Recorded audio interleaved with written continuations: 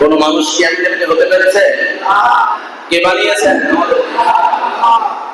আমাদের আগে হযরত আদম আলাইহিস সালামকে আল্লাহ পাক রব্বুল আলামিন যখন সৃষ্টি করলেন, ওয়া কানা তুলুহু সিত্তুনা দিরান, আদম আলাইহিস সালামকে আল্লাহ পাক রব্বুল আলামিন 60 হাত লম্বা করে বানালেন। আল্লাহু আকবার। আদম আলাইহিস সালামকে আল্লাহ পাক রব্বুল আলামিন সৃষ্টি করার পরে হযরত আবু হুরায়রা রাদিয়াল্লাহু তাআলা তিনি বলেন, বিশ্বনবী সাল্লাল্লাহু আলাইহি ওয়াসাল্লাম বলেছেন, আল্লাহ রব্বুল আলামিন যখন আদি পিতা আদম আলাইহিস সালামকে সৃষ্টি করলেন 60 হাত লম্বা করে বানানোর পরে আল্লাহ পাক রব্বুল আলামিন তার আদি পিতাকে অর্ডার করলেন, নির্দেশ দিলেন, ফেরেশতাদেরকে দিয়ে সালাম দাও।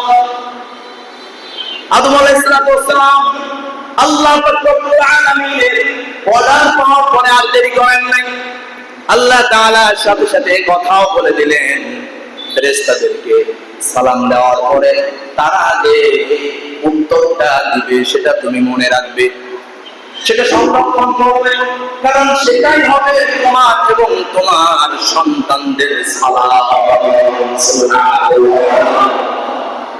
আদম আলাইহিস সালাম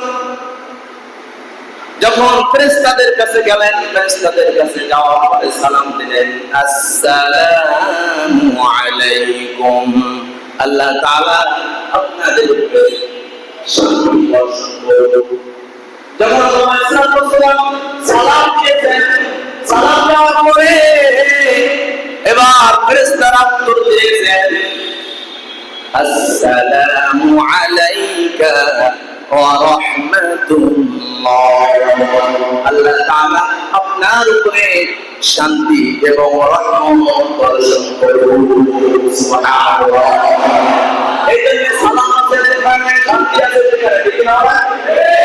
সালাম নাই যেখানে শান্তি নাই, ইসলাম আছে যেখানে শান্তি আছে সেখানে ইসলাম নাই, যেখানে সেই ঘরটা যদি এসি ওয়ালা ঘর হয়, ওই ঘরের মধ্যে যদি রাসূলের সুন্নাত না থাকে, রাসূলের আদর্শ না থাকে, সেই ঘরটায় এসি ওয়ালা ঘর হলেও ওই ঘরের মধ্যে শান্তি থাকবে না। আমার ভাইয়েরা, আমার বন্ধুরা, এই জন্য সালামের আমল চালু করতে হবে। যে ঘরের মধ্যে সালাম থাকবে ওই ঘরের মধ্যে শান্তি থাকবে।